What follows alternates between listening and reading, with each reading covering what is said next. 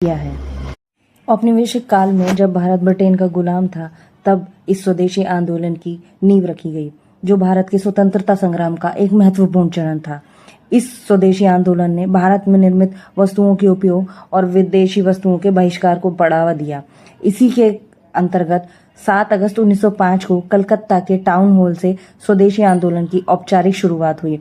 इसका मुख्य उद्देश्य आत्मनिर्भरता, आर्थिक स्वतंत्रता और राष्ट्रीय एकता को बढ़ावा देना था।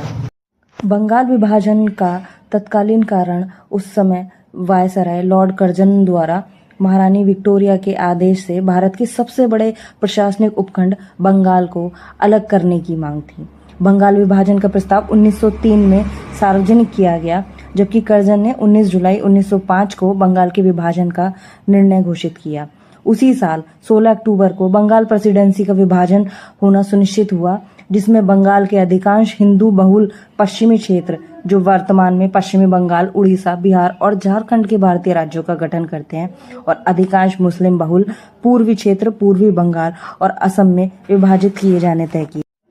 बंगाल विभाजन के प्रस्ताव के सार्वजनिक होने के बाद बंगाल के अलग अलग हिस्सों में एक स्वतंत्र विरोध प्रदर्शन होने लगे और बंगाल से शुरू हुए स्वदेशी आंदोलन का पूरे भारत में एक व्यापक पैमाने पर प्रचार हुआ। भारत के स्वदेशी आंदोलन का मुख्य कारण विभाजन के प्रति प्रतिक्रिया में शुरू हुआ। यह आंदोलन 1905 में बंगाल के विभाजन के ब्रिटिश फैसले के विरोध में शुरू किया गया, जिसमें ब्रिटिश वस्तुओं का बहिष्कार आंदोलन का एक केंद्रीय उत्पाद रहा। इसमें भारतीय वस्तुओं के उत्पादन पर जोर, स्थानीय रूप से निर्मित वस्तुओं का उपयोग और उनको बढ़ावा देने के लिए प्रोत्साहित किया गया।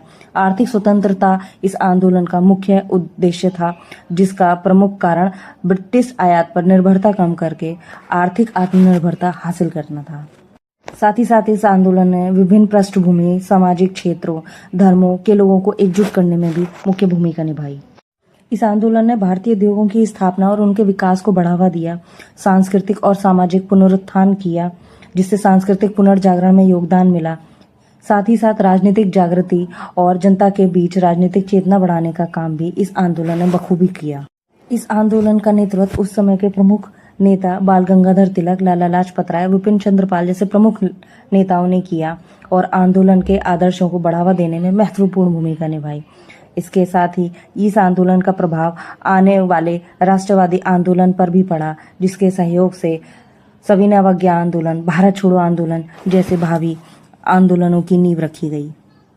बंगाल में स्वदेशी आंदोलन की औपचारिक घोषणा से पहले 1850 से 1906 के समय में दादा भाई नौरोजी, गोपाल कृष्ण गोखले, एम.जी. रानादे, बाल गंगाधर तिलक, जी.वी. जोशी जैसे अनेक ऐसे नेताओं का भारत में प्रभाव रहा, जिन्होंने राष्ट्रवाद और प्रथम स्वदेशी आंदोलन के लिए संगठित होना शुरू हुआ। 1915 में भारत वापस के बाद महात्मा गांधी ने 31 जुलाई 1921 में मुंबई के परेल स्थित एल्फिंस्टन स्टॉल मिल कंपाउंड में 1.5 लाख से ज्यादा अंग्रेजी कपड़ों को जलाकर विदेशी वस्तुओं के बहिष्कार का संकल्प लिया और इस आंदोलन को बल दिया।